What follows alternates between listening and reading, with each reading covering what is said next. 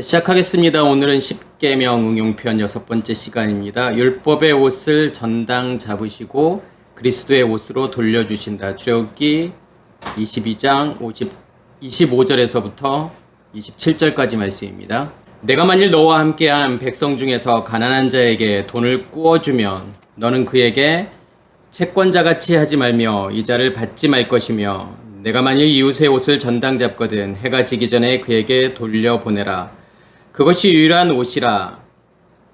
그것이 그의 알몸을 가릴 옷인지 그가 무엇을 입고 자겠느냐. 그가 내게 부르짖으면 내가 들으리니 나는 자비로운 자임이니라.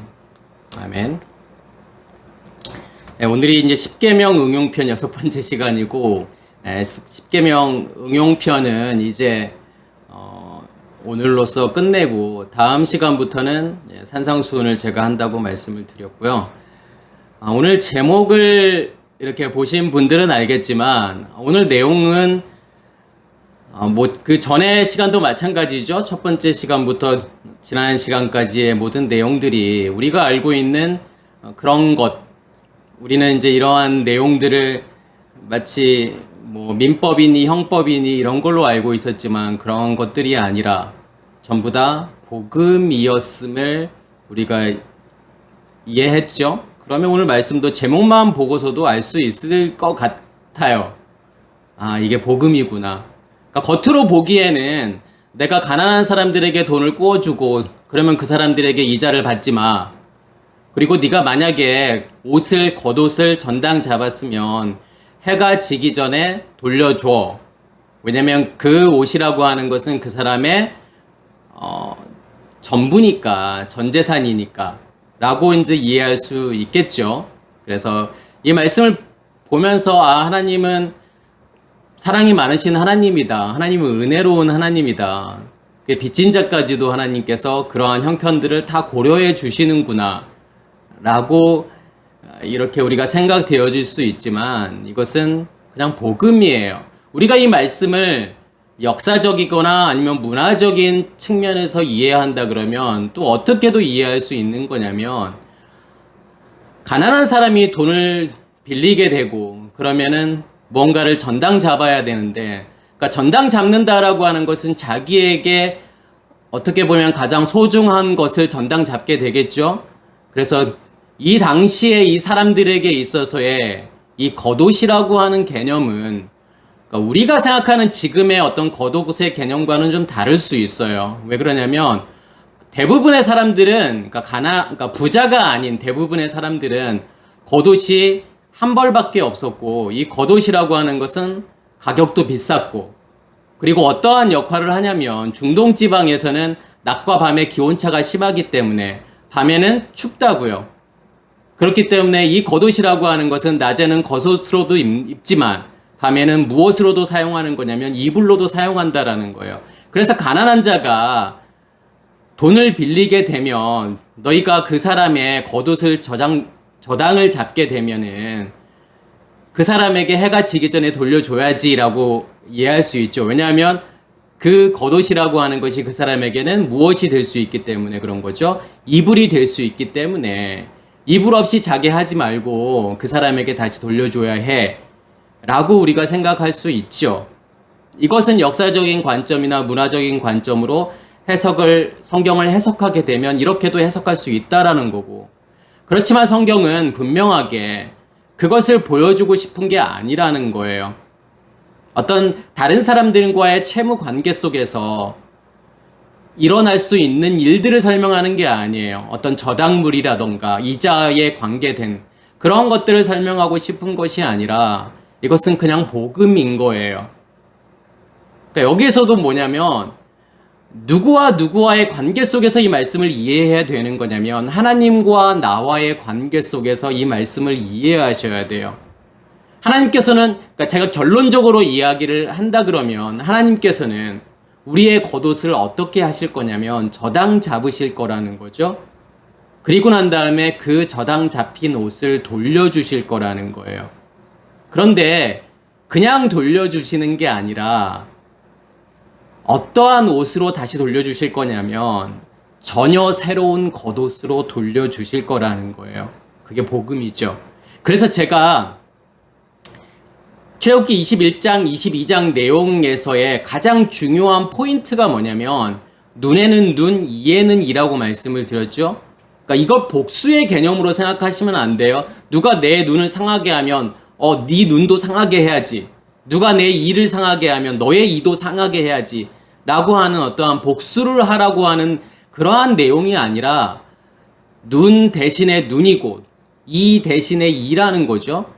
그 말은 무슨 말이냐면 하나님께서 우리의 눈을 어떻게 하실 거냐면 상하게 하실 거라는 거예요. 빼실 거라는 거잖아요. 그리고 그 눈 대신에 어떠한 눈을 주실 거라는 거죠. 새로운 눈을 주실 거라는 거죠. 이도 마찬가지예요. 하나님께서 옛사람으로 존재하는 그 이를 하나님께서 빼버리시고 새로운 이로 주시겠다라고 하는 거죠. 우리의 모든 것을, 우리의 전부를 하나님께서 새 것으로 다 바꾸시겠다라는 거예요. 그게 요한계시록에서 말하는 새하늘과 새 땅의 개념이죠. 이러한 관점에서 오늘 말씀을 보게 되면 오늘 말씀이 그거구나. 이 말씀이 복음만을 설명하고 있구나라는 것이 보이시겠죠. 말씀을 깨달을 수 있기를 간절히 소원합니다.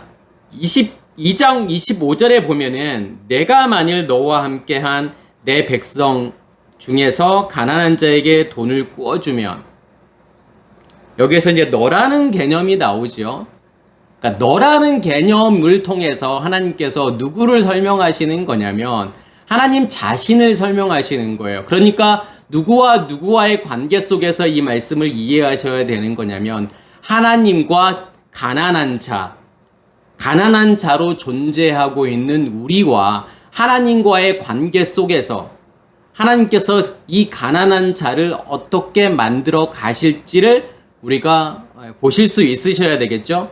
먼저는 조금 더 직역에 가까운 표현은 뭐냐면 나의 백성 너와 함께한 가난한 자들이라는 거예요.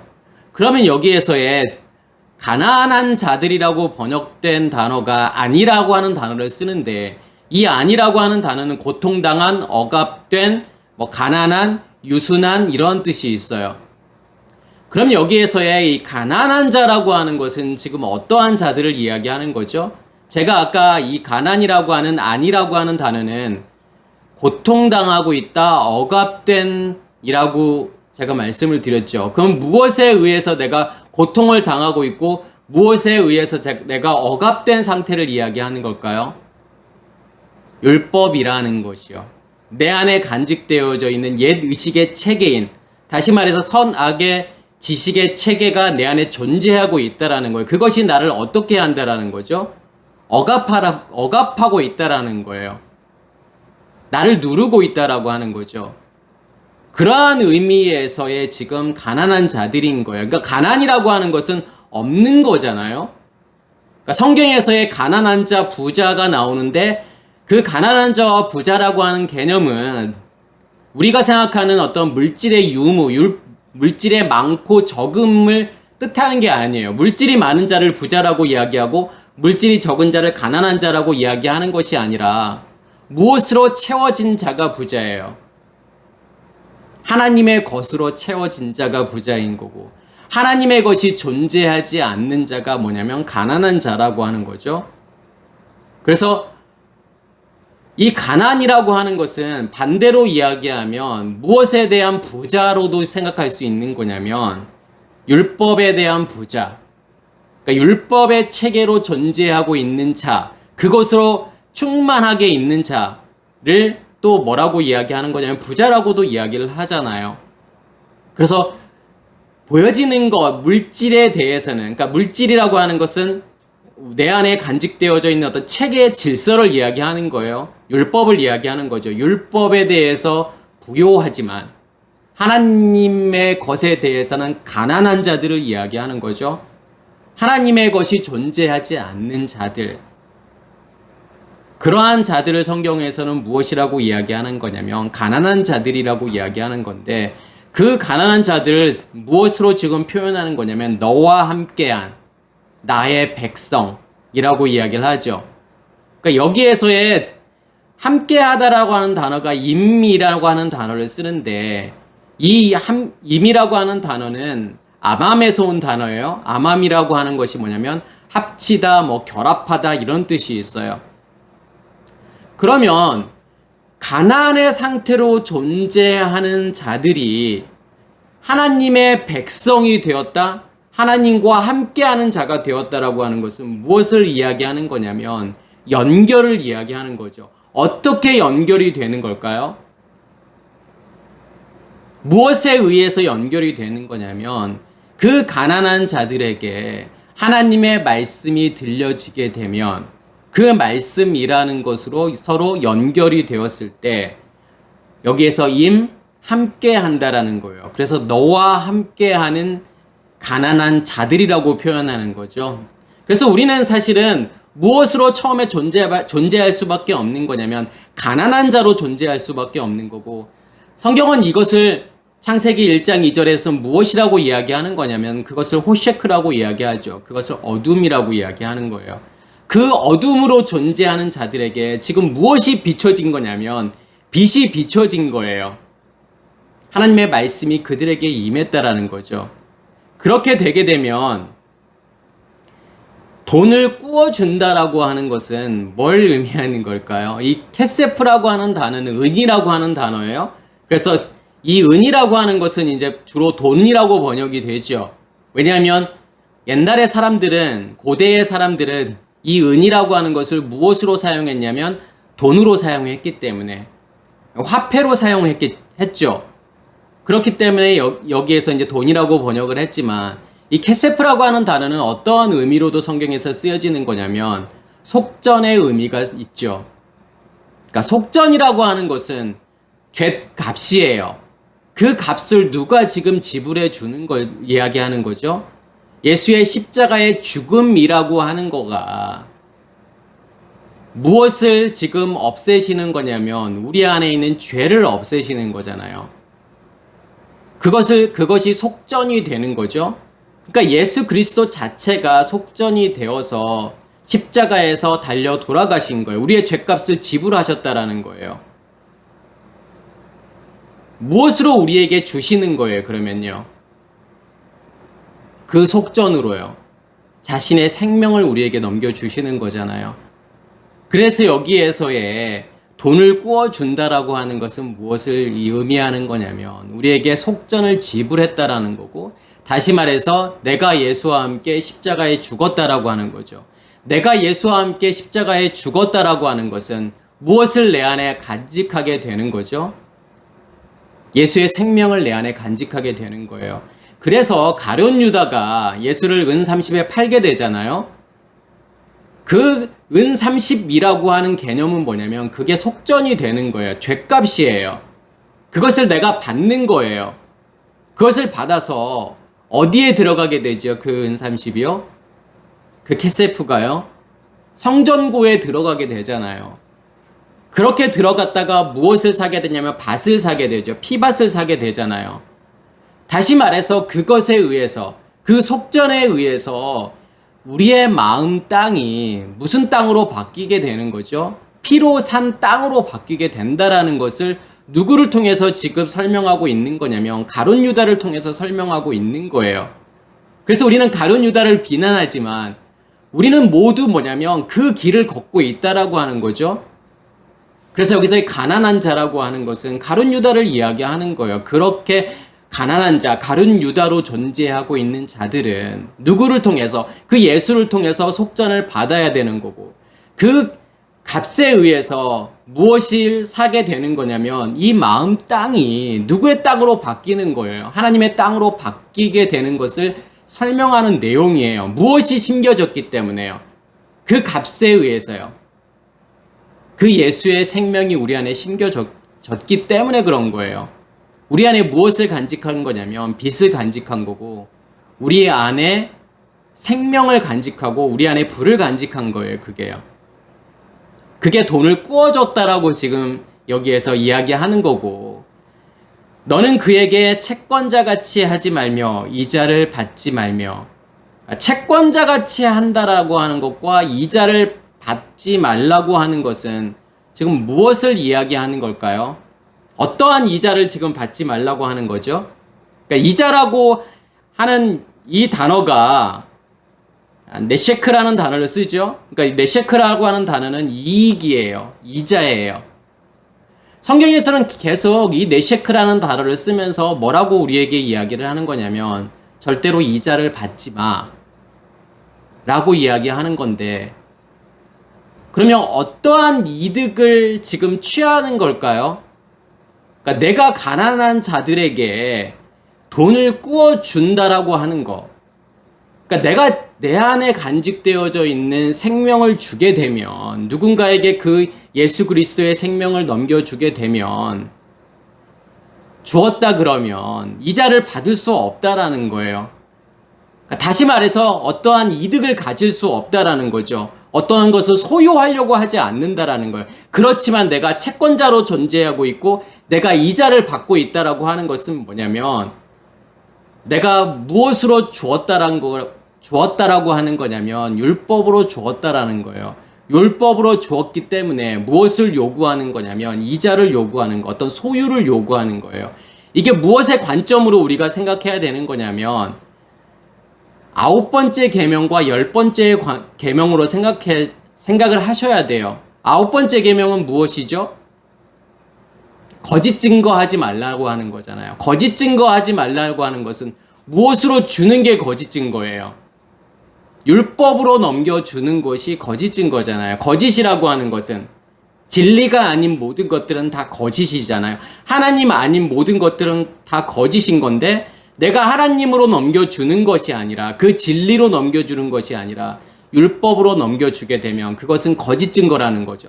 그렇게 되면 내 이웃의 집을 탐낸다라고 하는 건 뭐예요? 내 이웃의 집을 빼앗는다라고 하는 거죠. 그 안에 있는 모든 소유를 가지려고 하는 거예요. 그게 율법이라니까요. 내가 하나님을 율법으로 알게 되면, 율법으로 믿게 되면 하나님을 내가 소유하려고 해요. 무엇을 위해서 하나님을 소유하려고 하는 거냐면 내가 무언가를 얻기 위해서요. 내가 하나님이라는 존재를 통해서 다른 무언가를 소유하려고 하는 거예요. 보여지는 것들을 소유하려고 하는 거예요. 그게 내 이웃의 집을 탐낸다라고 하는 거죠. 그러니까 사람들은, 그때 제가 바벨탑 사건에서도 말씀을 드렸던 것처럼 사람들의 마음 속에는 어떤 마음들이 있는 거냐면, 어떤 것들이 간직되어져 있는 것이냐면, 다른 사람들에게 거짓 증거해서 그 사람들을 무엇으로 만들기를 원하는 거냐면 나의 소유로 만들기를 원하는 거예요. 더 높은 바벨탑을 쌓으려고 하는 거죠. 그래서 레위기 25장 37절에도 보면 너는 그에게 이자를 위하여 돈을 꾸지 말고 이익을 위하여 내 양식을 꾸어주지 말라. 이자를 위해서 돈을 꾸어주지 말고 이익을 위해서 내 양식을 꾸어주지 말라. 그래서 결국 여기서 이자라고 하는 것은 뭐냐면 나의 이익이라고 하는 거죠. 그래서 여기에서 이익이라고 하는 단어가 마르비트라는 단어를 썼어요. 그럼 마르비트라고 하는 단어는 뭐냐면 다수, 다량, 크기, 수가 많다라는 거예요. 많은 거라는 거예요. 그러면 내가 이자를 원한다라고 하는 것은 무슨 의미가 있을까요? 다른 사람들에게 거짓 증거해서 그 사람을 무엇으로 만들기를 원하는 거냐면 나의 소유로 만들기를 원하는 거죠. 그게 종교예요. 그래서 우리의 소유를 더 많이 늘리자라는 거죠. 그게 바벨탑 사건 아닌가요? 계속 나의 규격으로 탑을 쌓아서 우리가 더 많은 것을 여기서 소유하자라고 하는 거죠. 그래서 흩어짐을 면하자. 결국은 무엇을 드러내려고 하는 거죠? 우리의 이름을 드러내려고 하는 거예요. 그래서 우리가 내 안에 가지고 있는 생명을 넘겨주게 되면 무엇을 요구하지 않게 되는 걸까요? 내가 채권자로 존재하지 않게 되는 거고 이자를 요구하지 않는다라는 거예요. 그래서 레위기 아까 제가 25장 37절에도 말했던 거, 자기의 어떠한 이익을 위해서 내 양식을 주지 않는다라는 거죠. 왜냐하면 이 양식이라고 하는 것은, 내 안에 간직되어 있는 것은 누구의 것이기 때문에 그럴까요? 나의 것이 아니라 하나님의 것인 거죠. 그러면 하나님의 것이기 때문에 우리가 다른 사람들에게 그것을 어떻게 넘겨주게 되는 거냐면 값없이 넘겨주게 되는 거예요. 그리고 난 다음에 뭐라고 말씀을 하시는 거냐면, 내가 만일 이웃의 옷을 전당 잡거든 해가 지기 전에 그에게 돌려보내라. 여기에서 이웃의 옷을 전당 잡는다. 여기서 옷이라는 단어가 쌀마라고 하는 단어를 쓰는데, 이 쌀마라고 하는 단어는 덮개라는 의미가 있고 외투라는 의미가 있어요. 그러니까 겉옷인 거예요. 그리고 이 단어는 어떠한 단어와 같은 의미인 거냐면 우리가 시므나라고 하는 단어하고 같은 거예요. 그래서 우리가 겉옷 그러면 보통 어떤 단어를 쓰게 되는 거냐면 이 시므나라고 하는 단어를 쓰게 되죠. 그러면 여기에서 이웃의 옷을 전당 잡는다라고 하는 것은 어떠한 의미가 있는 거죠? 어떠한 옷을 이야기하는 거예요? 예수 그리스도께서 이 땅에 오셔서 십자가의 죽음이라는 걸 통해서 우리에게 무엇을 넘겨주게 되는 거냐면 자기의 생명을 넘겨주게 되죠. 그러면 그 생명에 의해서, 다시 말해서 첫째 날과 둘째 날을 이야기하는 거예요. 그러니까 첫째 날의 핵심이라고 하는 것은 빛이고, 둘째 날의 핵심이라고 하는 것은 궁창이라고 하는 것은 말씀의 근원을 이야기하는 거죠. 다시 말해서 첫째 날과 둘째 날이라고 하는 것은 불과 물을 이야기하는 거예요.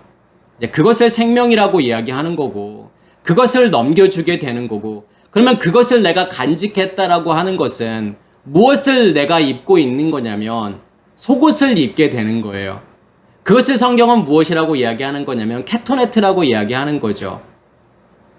그래서 첫째 날과 둘째 날의 결과물인 씨 가진 열매가 내 안에 존재하고 있다라고 하는 것은 내가 무엇을 입고 있는 거냐면 속옷을 입고 있는 거예요.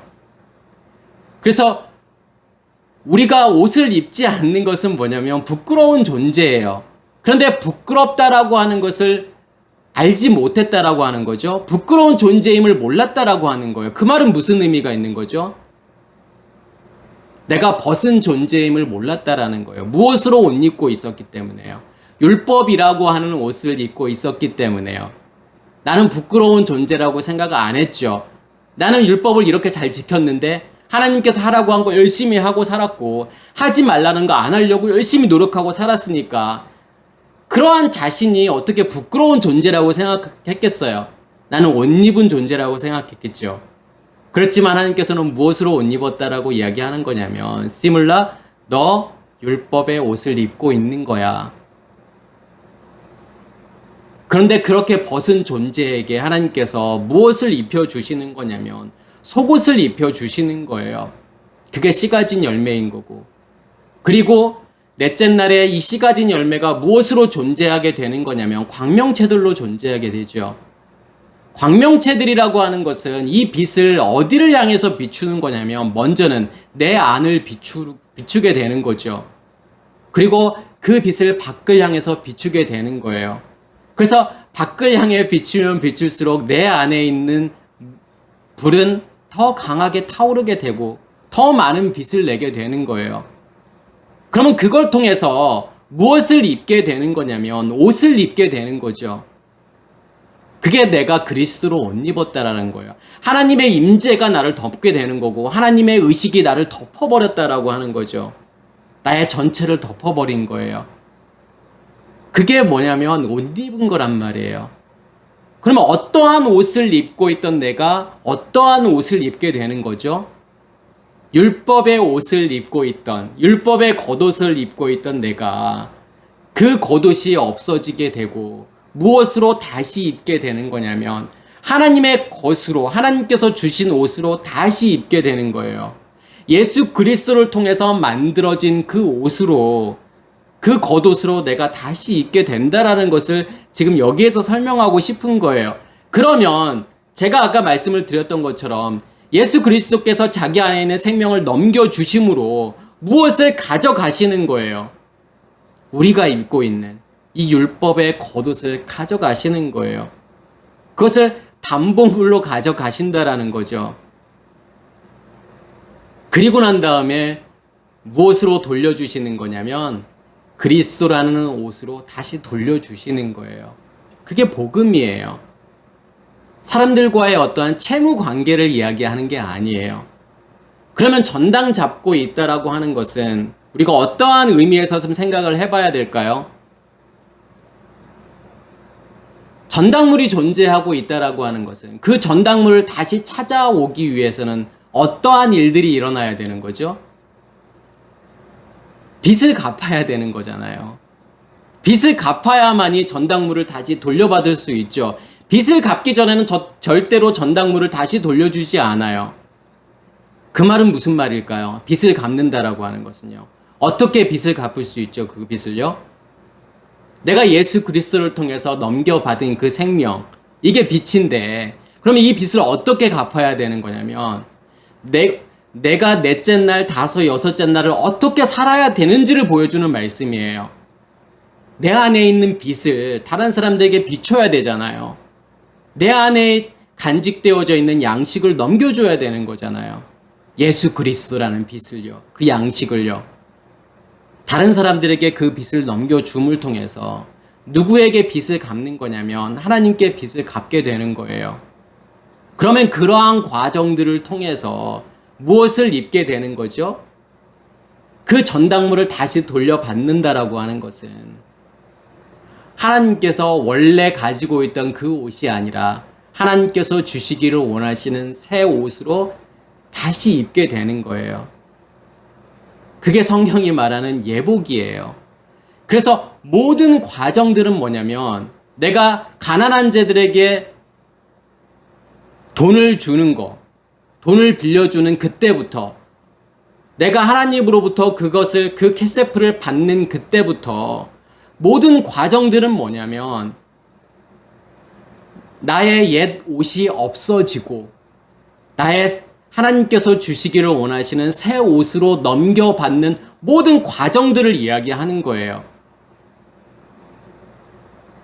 그래서 아까 제가 빚을 갚아야만이 다시 돌려줄 수 있다. 이 담보물이라고 하는 것은 그러한 의미가 있는 거고 또 다른 담보물이라고 하는 것은 어떤 의미가 있는 거냐면 그 담보물을 보라고 하는 거잖아요.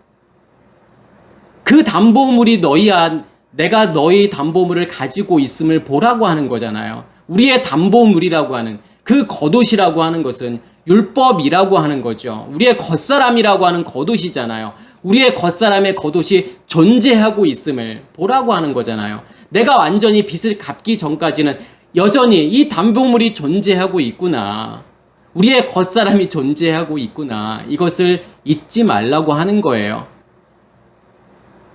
그래서 출애굽기 3장 22절에 보면 어떤 내용이 나오냐면 여인들은 모두 그 이웃사람과 및 자기 집에 거하는 여인에게 은폐물과 금폐물과 의복을 구하여 너희의 자녀를 꾸미라. 너희는 애굽 사람들의 물품을 취하리라. 이 내용을 우리가 보면은 하나님께서 애굽 사람들에게 은혜를 주어서 출애굽하는 이스라엘 백성들에게 금도 주고 은도 주고 그다음에 옷도 주어서 그렇게 보내시려고 하는가 보다 이렇게 생각을 할 수 있잖아요. 그런데 이 본문의 말씀은 그것을 설명하고 싶은 게 아니에요. 왜 그러냐면 여기에서 이웃사람이라고 번역된 단어가 샤켄이라고 하는 단어를 쓰는데 거주하다라는 뜻이고 거주자를 이야기하는 거예요. 그 자기 집에 거류하는 여인이라고 이렇게 번역을 했잖아요. 그러면 우리가 생각해 보세요. 이웃사람, 너의 이웃으로 거주하는, 너와 같이 거주하는 사람들과 너의 집 안에 있는 여인들이 누구를 이야기하는 걸까요? 그러면요. 애굽 사람들일까요? 애굽 사람들은요, 그때 히브리인들하고는 같이 식사도 안 했고요. 같이 살지도 않았어요. 그래서 히브리 사람들은 히브리 사람들 나름대로 고센 땅에서 살았고, 그 다음에 애굽 사람들은 애굽 사람들 나름대로 살았어요. 절대로 애굽 사람들과 이 히브리 사람들은 이웃으로 존재할 수 없는 사이예요. 그러면 그들은 노예인데, 애굽의 노예로 살았는데, 그러면 자기 집에 거주하는 그 여인은 누구를 이야기하는 거예요, 그러면요? 집에서 일 봐주는 어떤 도우미를 이야기하는 건가요? 그러한 이모님들을 이야기하는 건가요? 그러면 그 사람들에게 뭘 받아요? 그 사람들이 나에게 금, 패물을 줄 수 있나요? 여기에서 이웃 사람이라고 하는 개념과 자기 집에 거류하는 여인이라고 하는 것은 무엇을 이야기하는 거예요? 내 안에 뭐가 존재하고 있다라는 것을 보여주는 거냐면 그 옛 의식의 체계가 율법이 그 애굽이라고 하는 미츠라임이 너희 안에 존재하고 있잖아라는 것을 보여주고 싶은 거죠. 그러면 그들에게서 은폐물과 금폐물, 그들이 가지고 있는 은폐물, 금폐물, 또 옷이라고 하는 건 결국은 뭐라는 거예요?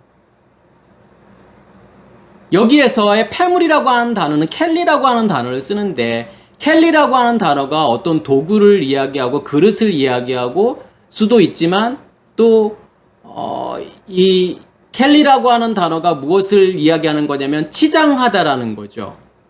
그럼 무엇으로 내가 치장하고 있는 걸까요? 금은이라고 하는 것은요. 어떠한 금은을 이야기하는 거예요? 사람들이 원하는 금은이잖아요.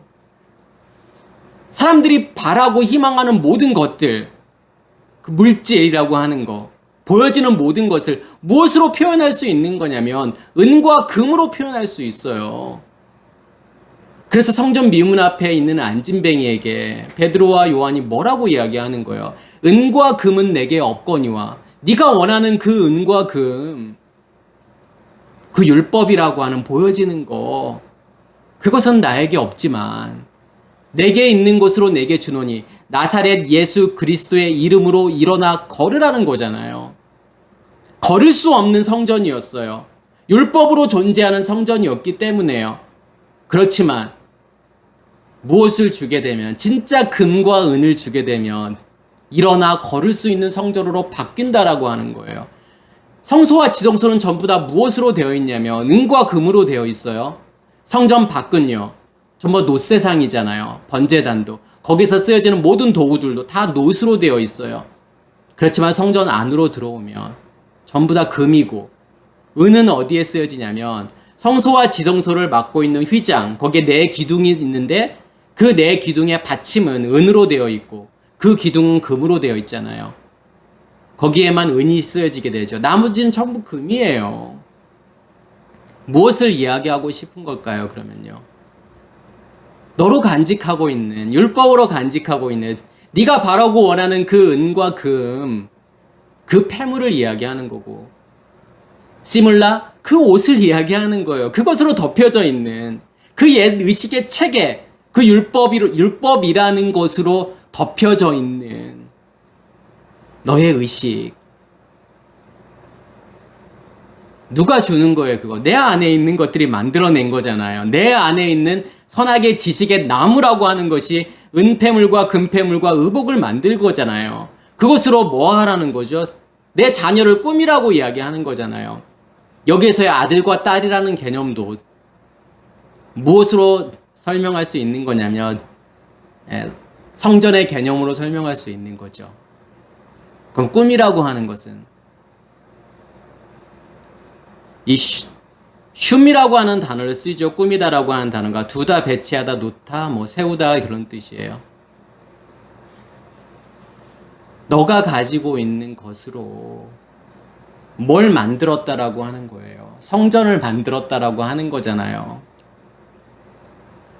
그래서 제가 예루살렘이라고 하는 개념도 예루살렘과 예루살렘의 딸들, 아들과 딸이라고 하는 것은 결국은 내 안에 생명을 가지고 있는 그 상태를 아들이라고 이야기하고, 그것의 확장이라고 하는 것을 바트 딸이라고 말씀을 드렸잖아요. 그걸 보라고 하는 거잖아요. 네가 만들어 놓은 거, 네가 만들어 놓은 성전이라고 하는 거, 너를 단장하고 너를 꾸몄던 것들, 네가 입고 있는 것들, 그거 애굽 미츠라임이 만들어 놓은 거잖아. 그 폐물이잖아. 그 은과 금이잖아. 그것으로는 너를 살릴 수 없다라는 거죠. 진짜 은과 금을 받아야 되는 거예요. 그래서 보라고 하는 거예요. 너희가 간직하고 있는 것이 이거야 라고 하는 것을 하나님께서 보여주기를 원하는 거예요. 그래서 이런 말씀들을 하나님께서 하시는 거예요. 그런데 결국은 이렇게 받았던 것들이, 이렇게 드러났던 것들이 결국은 무엇으로 만들어 가시는 거죠? 그게 무엇의 재료로 쓰이는 거냐면 나중에 성전을 만드는 재료로 쓰이잖아요. 그 말은 무슨 말이냐면 이 은과 금이 무엇으로 바뀌었다라고 하는 거예요. 진짜 은과 금으로 바뀌었다라고 하는 거예요. 안진뱅이를 향해서 말했던 것처럼 은과 금, 네가 원하는 은과 금 그거 없어. 그렇지만 내 안에 있는 그 예수 그리스도를 통해서 새로운 은과 금으로 만들어 줄게. 새로운 성전으로 만들어 줄게 라고 하는 거예요. 그게요. 그래서 여기에서도 의복이라고 하는 이 시뮬라라고 하는 걸 통해서 이 전당물이라고 하는 걸 통해서 무엇을 보라고 하는 거냐면 우리 자신을 보라고 하는 거예요. 그래서 우리의 전당물을 계속 남겨두시는 거예요. 우리의 겉사람을요. 우리가 믿음의 길을 가면서 우리 안에 있는 이 겉사람이라고 하는 율법이라고 하는 우리의 옛 의식의 체계, 선악의 지식의 체계가 무엇인지를 계속 드러내실 거라는 거죠. 그리고 보여주실 거라는 거예요. 죽은 줄 알았더니 또 나오네. 또 있었네. 그 율법의 체계가 내 안에 여전히 존재하고 있구나. 그 전당물이라고 하는 것이 내 안에 여전히 존재하고 있구나. 라는 것을 보라고 하는 거죠. 그리고 제가 신명기 22장 5절에 나오는 말씀을 드릴 건데 이것도 뭐냐면 이 말씀도 우리가 좀 오해하는 말씀 중에 하나예요. 그런데 이 말씀을 이해하게 되면 그래 옷이라고 하는 것이 그런 것을 의미하는 거구나 라는 것을 우리가 알게 되겠죠. 신명기 22장 5절에는 여자는 남자의 의복을 입지 말 것이요 남자는 여자의 의복을 입지 말 것이라 이같이 하는 자는 내 하나님 여호와께 가증한 자니라. 남자의 의복이 있고 여자의 의복이 있어요. 그럼 남자는 여자 옷을 입지 말고 여자는 남자 옷을 입지 말라고 하는 건데 사실은 뭐가 남자 옷이고 여자 옷이라고 하는 정의를 내리기도 힘들어요. 성경은 정확하게 이런 옷들은 남자 옷이야. 바지라던가 아니면 뭐 반바지라던가 어떤 셔츠에 넥타이, 뭐 양복 이런 것들은 남자 옷이고 치마로 만들어져 있는 이런 것들은 여자 옷이야. 라고 하는 어떠한 정확하게 구별을 해주지 않아요. 여기서도 마찬가지예요. 이런 옷은 여자 옷이고 이런 옷은 남자 옷인데 남자는 여자 옷 입지 말고 여자는 남자 옷 입지 마. 그것을 알려주지 않는다니까요. 그러면 지금 이 시대를 살고 있는 우리들은 어떻게 보면 하나님 말씀 안 지키고 있잖아요. 특히 여자분들은 뭐냐면 우리가 이제 어떻게 알고 있어요? 바지라고 하는 것은 남자 옷, 그 다음에 치마 여자 옷 이렇게 알고 있는데 여자분들 모든 여자분들은 바지 없으신 분 있으세요? 반바지 없으신 분 있으세요? 다 가지고 있잖아요. 다 입고 있잖아요. 오늘도 다 입고 있잖아요. 그러면 하나님 말씀을 어긴 건가요? 남자가 치마 입으면 그게 하나님 말씀을 어긴 건가요, 지금요? 그러한 옷을 이야기하는 게 아니잖아요. 무엇을 이야기하는 거냐면 여자라고 하는 존재는 남자의 의복, 남자라고 하는 것은 여기에서는 게베르라는 단어를 쓰죠. 그러니까 남자를 표현할 때 이씨라는 단어를 쓰기도 하고 아니면 자카르, 이씨라고 하는 것은 남자, 뭐 사람, 또 남편 이러한 의미로도 쓰여지고 자카르 그러면 남성, 뭐 수컷 할 때는 자카르라고도 쓰여지고 여기에서는 이제 게베르라는 단어를 쓰죠. 게베르라고 하는 것도 남자를 이야기하는 건데 이 게베르라고 하는 단어는 남자의 힘을 의미하는 거예요. 그래서 군인이라고도 번역이 되고요. 그래서 가바르에서 오는 단어인데 가바르라는 것이 강하다, 우세하다, 넘치다 뭐 이런 뜻이에요. 강함을 표현할 때 이 게베르라는 단어를 쓰는 거예요. 그러면 여기에서의 의복이라고 번역된 단어가 아까 제가 앞에서 이야기했던 켈리라는 단어를 쓰죠. 은폐물, 금폐물 할 때 이 폐물이라는 단어가 켈리인데 이 켈리라는 단어가 아까 장신구, 뭐 도구, 그릇이라는 의미도 있고 또 무기, 병기라는 뜻도 있어요. 그래서 사실은 여기에서는 남자의 의복이라고 번역했지만 뭐라고 해야 되는 거냐면 아까 제가 이 게베르라는 단어가 뭐 군인이라고 하는 뜻도 있다라고 말씀을 드렸잖아요. 강함을 표현하는 거예요. 그러면 군인에게 있어서의 이 켈리라고 하는 것은 뭘 이야기하는 걸까요? 무기를 이야기하는 거죠. 그러면 여자는 남자의 그 무기를 가지지 말라고 하는 개념이잖아요. 무슨 말이죠? 여자라고 하는 것은요. 겉옷을 입지 않은 상태잖아요. 무기가 없는 상태예요. 왜냐하면 지금 여자는 몇째 날을 이야기하는 거냐면 씨 가진 열매를 이야기하는 거죠. 무엇을 입고 있는 상태를 말하는 거냐면 속옷을 입고 있는 상태를 이야기하는 거예요. 아담과 여자가 범죄하고 난 다음에 그들에게 하나님께서 뭘 입히시는 거예요? 여자에게 뭘 입히시죠? 치마를 가죽 치마라고 번역이 되어 있지만 거기서는 뭐냐면 캐투네트예요. 가죽 속옷이에요. 여자라는 존재는 무엇을 입고 있는 상태인 거냐면 속옷을 입고 있는 상태라는 거죠. 그래서 이 여자의 상태에서는 무엇을 들고 싸울 수 있는 존재가 아닌 거냐면 겉옷을 입지 않았다라고 하는 거예요. 다시 말해서 메오르트 넷째 날의 광명체들로 존재하지 않는 거죠. 여자로 존재하는 사람들이 어디를 건너야만이 군인이 되는 거고 군사가 되는 거고 남자로 이 게베르로 존재하는 거냐면 요단을 건너야 되는 거예요. 요단을 건너야만이 뭐가 나오게 되는 거예요. 내 안에서 말씀이 나오잖아요. 그게 방언이고 통역이고 예언이잖아요. 싸울 준비가 되었다라고 하는 거죠. 군사로서 싸우게 된다라는 거예요. 그게 오순절이에요. 빛을 비출 수 있는 존재가 되었다라는 거잖아요. 그 전에는 무엇을 입을 수 없다라고 하는 거예요. 그 남자의 옷을 입을 수 없다라고 하는 거잖아요. 무엇을 입어야 되는 존재이기 때문에요. 캐토네트, 속옷을 입어야 되는 존재이기 때문에요. 그러니까 속옷이라고 하는 것과 겉옷의 개념 속에서 속옷이 계속 확장되어져 나가는 것이 뭐냐면 겉옷이에요.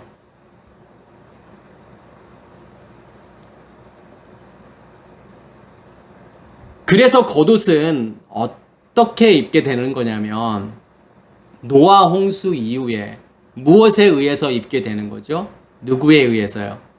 셈과 야벳이잖아요. 셈이 의미하는 것은 첫째 날과 둘째 날의 것이죠. 결국은 이 셈이 의미하는 것은 뭐냐면 속옷이라는 개념이에요. 그러면 야벳은 확장이잖아요. 그 속옷이 확장이 되어져서 그 옷이 나를 덮어버리게 되면, 그러니까 속옷이라고 하는 것은 하나님의 말씀이 어디에만 존재하고 있는 거예요. 지성소에만 존재하고 있었던 거잖아요. 그러니까 하나님의 영역을 이야기하는 거예요, 옷은요. 그래서 지성소에만 존재하고 있던 그 옷이라고 하는 것은 무엇을 이야기하는 거냐면 캐토네트잖아요, 그게요. 그게 확장되어서 우리의 땅을 덮고 나의 모든 것을 다 덮어버렸을 때 그게 셈과 야벳이라는 거고 그것으로 옷 입게 되는 거예요. 그래서 노아의 부끄러움을 가려줄 수 있다라는 거죠. 함으로는 안 된다라는 거예요. 함은 무엇이니까? 율법이니까. 그 율법의 옷으로는 노아의 부끄러움을 가릴 수 없다라고 하는 거예요. 그래서 여자는 남자의 의복을 입으면 안 되는 거고 남자는 여자의 의복, 여기서 의복이라는 단어는 아까 남자의 의복은 켈리라는 단어가 쓰여졌고 여기서의 의복이라고 하는 것이 시므나 아까 제가 처음에 나왔던 그 의복을 이야기하는 거예요. 그 겉옷을 이야기하는 거예요. 남자는 여자의 그 겉옷을 입지 말라고 하는 것은 무엇을 이야기하는 거냐면 여자의 상태에서는 속옷을 입고 있지만 여전히 무엇이 존재하고 있는 걸까요? 그 전당 잡혀놓은 그 겉옷이 여전히 존재하고 있다라는 거잖아요. 진짜 너희가 남자 게베르가 되었어? 남자의 옷을 입고 있어? 그러면 여자의 옷을 동시에 입을 수는 없는 거잖아요. 여자의 옷이, 율법의 옷이 사라지고 없어질수록 무엇의 옷으로 지금 나를 입게 되는 걸까요? 남자의 옷으로 입게 된다라고 하는 거예요. 그렇지 않으면 가증한 거라는 거예요. 옷을 동시에 두 개를 겹쳐서 입게 되면 가증한 거라는 거잖아요. 남자잖아요. 남자의 의복이 있는데 거기에 여자의 의복이 더해진다 그러면, 그 겉옷이 더해진다 그러면 그게 하나님께는 가증한 거라는 거죠. 여기에서는 보여지는 우리가 그러한 의복을 이야기하는 게 아니에요. 남자 옷, 여자 옷을 말하는 게 아닌 거예요.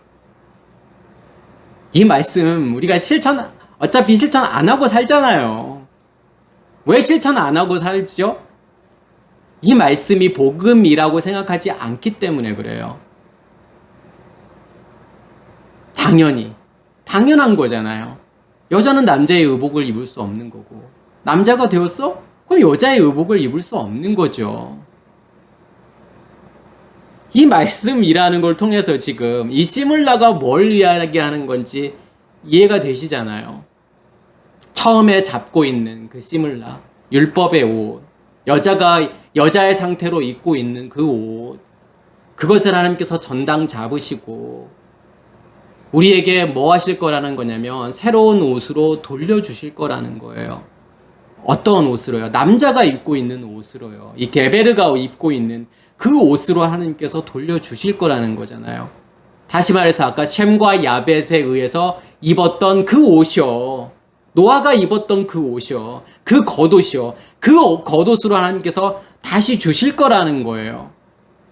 무엇을 벗어버리는 거예요? 함이 주는 그 옷을 벗어버리고 셈과 야벳으로 다시 입는 거예요. 그래서 돌려주다라고 하는 단어가 어떠한 단어를 쓰냐면 슈브라고 하는 단어를 쓰잖아요. 슈브라고 하는 것은 회개를 이야기하는 거예요. 그게 회개라니까요. 옷이 바뀌는 게 회개예요. 옷이 바뀐다라고 하는 것은 무엇이 바뀌는 거냐면 의식이 바뀌는 거예요.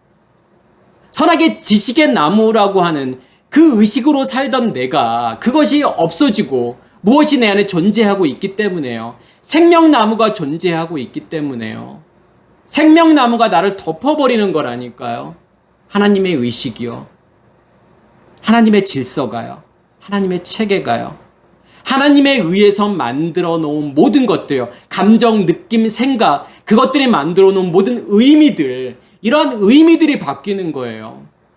그래서 제가 말씀드렸잖아요. 진짜 복음이라고 하는 것은, 내가 의식이 바뀐다라고 하는 것은 하나님과의 나와의 관계 속에서의 하나님이라는 존재의 의미가 바뀌는 거예요. 모든 사람들의 관계 속에서의 그 사람들의 의미들이 바뀌는 거예요. 어떠한 관점으로 이해하게 되는 거고 어떠한 관점으로 보게 되는 거냐면 복음이라고 하는 관점이요. 그게 복음이잖아요. 그게 슈브라니까요. 회개되는 거예요, 그게요. 그래서 회개라고 하는 것은 뭐가 바뀌는 거라고 말씀을 드렸죠? 의식이 바뀌는 거고 옷이 바뀌는 거예요. 그 심을 나가요. 하나님께서 전당 잡고 있는 그 옷, 그 옷이 하나님께서 무엇으로요? 하나님 자신이라고 하는, 그리스도라고 하는 그 옷으로 우리에게 입혀주시는 거예요. 그게 그리스도로 옷 입는 거예요. 그러면서 뭐라고 말씀하시는 거냐면 해가 지기 전에 돌려주라고 하는 거죠. 그러니까 지기 전에라고 번역했지만 또 다른 의미로는 해가 있는 동안에 돌려주라는 거죠.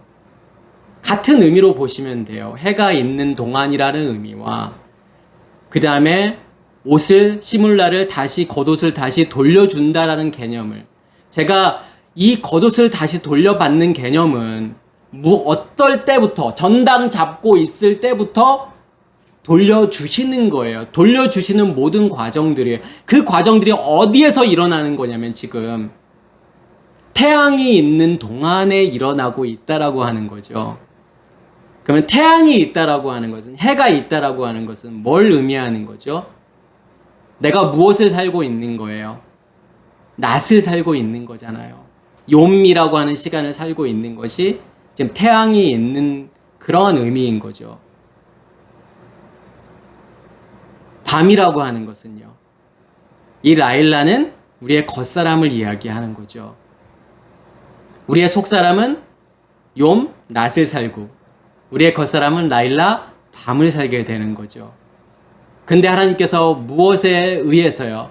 이 태양이라고 하는 것에 의해서요. 이 낮이라고 하는 시간에 의해서 무엇을요? 밤이라는 시간을 무엇으로 살게 만드시는 거냐면 낮이라는 시간으로 살게 만드시는 거예요.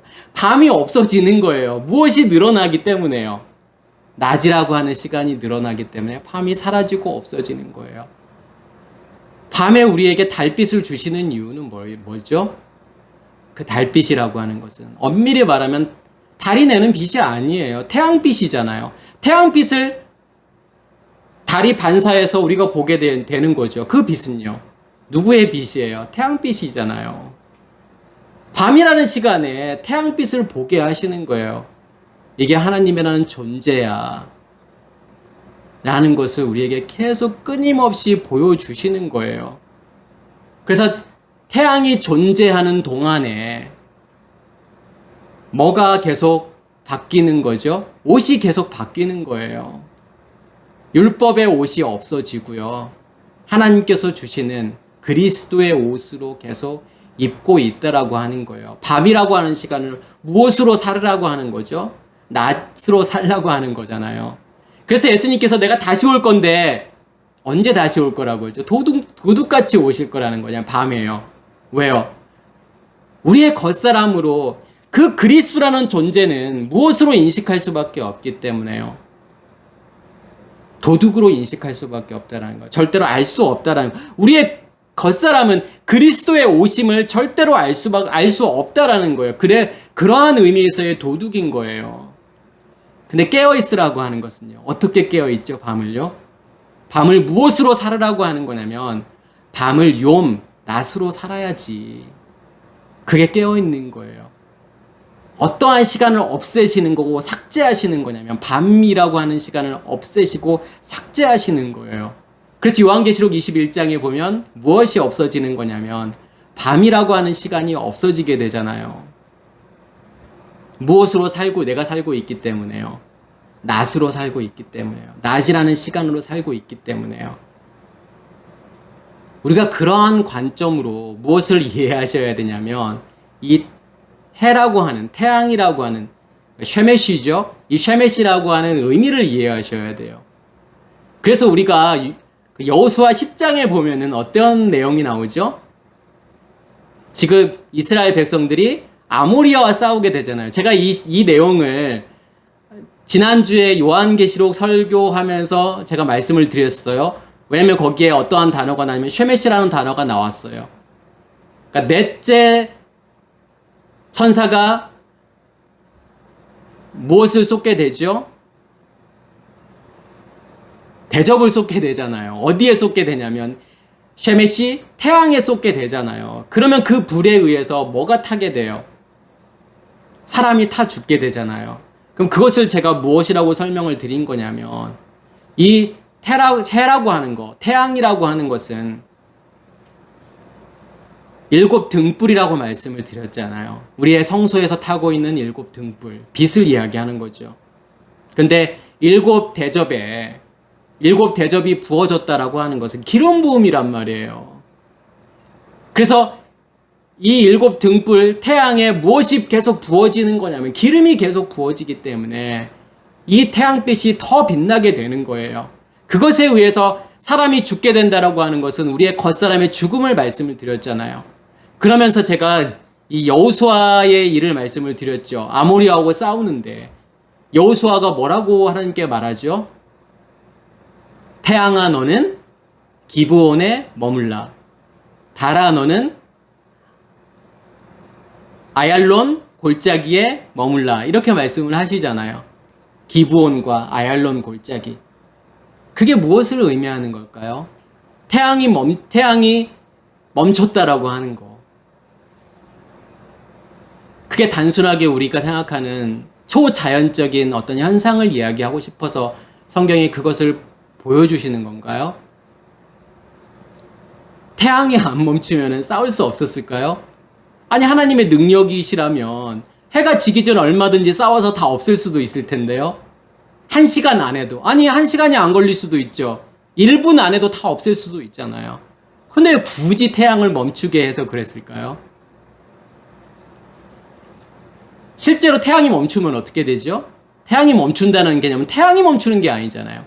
지구가 자전을 멈추게 되는 거잖아요. 지구의 자전에 의해서 태양이 움직이는 것처럼 보이니까요. 그러면 지구가 자전을 멈춘다라고 하는 것은 어떻게 되는 거예요? 지구가 얼마의 속도로 자전하게 되죠? 시속 1700km로 자전을 하고 있어요. 그러니까 우리가 KTX가 시속 300km 정도 되죠? 비행기도 한 시속 800km, 900km 정도예요. 그럼 비행기보다 더 빠르게 지구는 자전을 하고 있단 말이에요. 돌고 있는 거예요. 그런데 그 자전이 멈추게 되면 이 지구상에 살아남을 수 있는 사람이 한 사람이라도 있을까요? 모든 생명체들은 다 죽을걸요? 100km로 달리고 있는 버스가 갑자기 급정거를 하면 거기에 있는 사람들이 다 밖으로 튀어나오게 되잖아요. 그런 것과 마찬가지예요. 1700km로 달리고 있는데 단순하게 분명히 하나님께서는 그런 기적 얼마든지 하실 수 있죠. 그것보다 더한 기적들도 예수님께서 보여주시잖아요. 죽은 자가 살아나잖아요. 초자연적인 일들, 지금 초자연적인 그 사건을 통해서 하나님께서 이스라엘 백성들을 도와주셨어? 여호수아가 말했던 것을 하나님께서 이루어졌어? 그것을 말하고 싶은 것이 아니라 무엇에 의해서요? 태양이 멈췄다라고 하는 것은 뭘 이야기하는 거냐면 밤이라는 시간이 와야 되는데 밤이라는 시간이 오지 않았다라는 거잖아요. 그러면 이 밤을 무엇으로 살고 있다라고 하는 거죠? 낮으로 살고 있다라고 하는 거잖아요. 밤이라는 시간이 없어지고 이 밤이라는 시간이 무엇으로 바뀌었다라고 하는 거냐면 낮 용이라고 하는 시간으로 바뀌었다라고 하는 거예요. 그렇기 때문에 무엇이 없어지는 거예요? 아모리가 없어지는 거예요.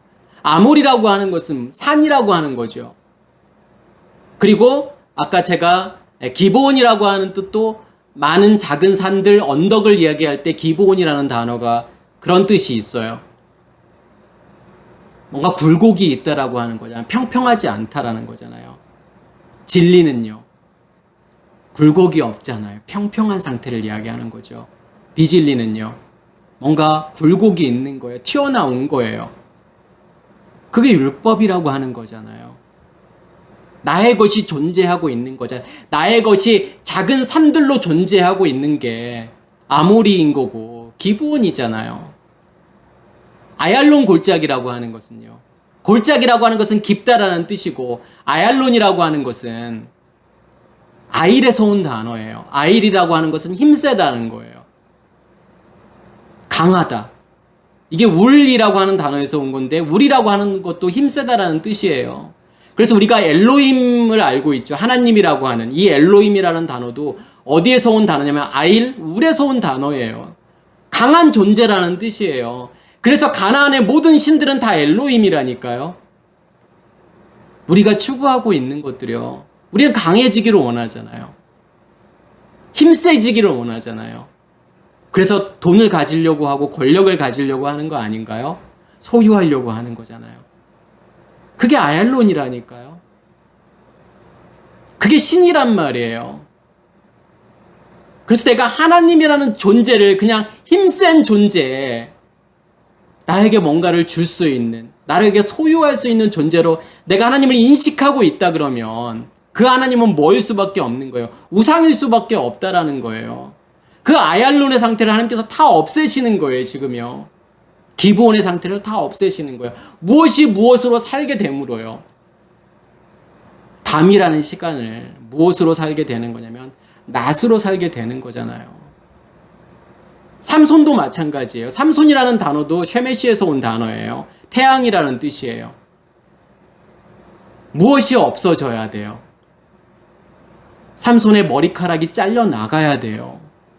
그리고 머리카락이 다시 나야만이 무엇을 죽이게 돼요? 블레셋을 없애게 되잖아요. 블레셋이라고 하는 것은 나그네의 땅이잖아요. 기업이 없는 상태란 말이에요. 하나님이 기업이 되셔야 되는데 그 기업이 없는 상태가 블레셋이잖아요.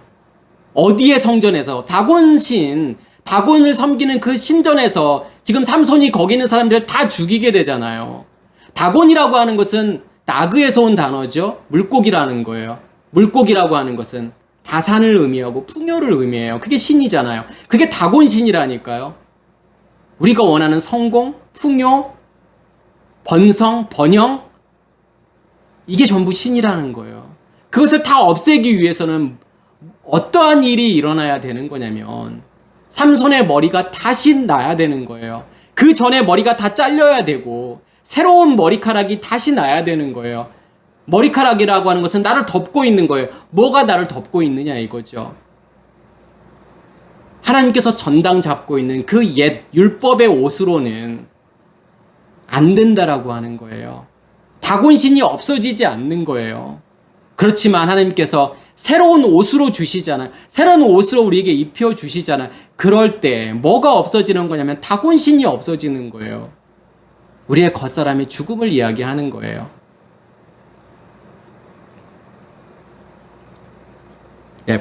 27절 말씀, 너무 시간이 되게 오래 걸렸는데 여기는 제가 당연한 거니까 간단하게 마치겠습니다. 그것이 유일한 옷이라 그것이 그의 알몸을 가릴 옷인지 그가 무엇을 입고 자겠느냐. 그러니까 유일한 옷이라고 번역된 이 유일하다고 하는 단어가 바드라는 단어를 썼는데 바드는 나누다, 분리하다라는 거예요. 그러니까 무엇의 분리를 이야기하는 거죠, 이게요? 겉사람의 분리를 이야기하는 거잖아요. 결국은요, 어떤 옷에 의해서요? 하나님께서 주시는 옷에 의해서요. 그리스도라는 옷에 의해서 무엇이 분리해져 나가는 거예요. 어떠한 옷이 없어지는 거죠? 율법의 옷들이 없어지는 거예요. 그게 지금 여기서 유일한 옷이라고 번역을 한 거고, 알몸을 가릴 옷이다 이렇게 번역한 단어가, 이 알몸을 가리다라고 이렇게 번역한 단어가 뭐냐면 오르라는 단어를 썼죠. 가죽이라는 거예요. 그러면 이게 무슨 이야기냐면 하나님께서 입혀주시는 그 옷이, 우리의 가죽은 피부를 이야기하는 거죠. 이 피부라고 하는 것은 나를 덮고 있는 거예요. 그러면 하나님께서 주신 그 옷에 의해서 내가 완전히 덮여버릴 거라는 거잖아요. 그 옷으로 다시 돌려주실 거라는 거잖아요. 그러면서 그가 내게 부르짖으면 내가 들으리니 나는 자비로운 자임이라.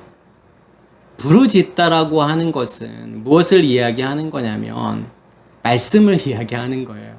7 대접이 부어지는 것과 똑같은 거예요. 7 대접이 부어져야만이 우리의 마음 땅에 있는 등불이 꺼지지 않고 계속 타오르게 되잖아요. 그게 부르짖는 것이 기름 부음을 이야기하는 거고, 듣다라고 하는 것은요, 샤마, 인식하는 거예요. 내가 하나님을 경험하게 되는 거예요. 그 불이, 그 하나님의 임재가 나를 덮고 있는 걸 통해서 내가 누구를 경험하게 되는 거냐면 하나님이라는 존재를 경험하게 되는 거예요. 하나님이라는 존재를 인식하게 되는 거예요.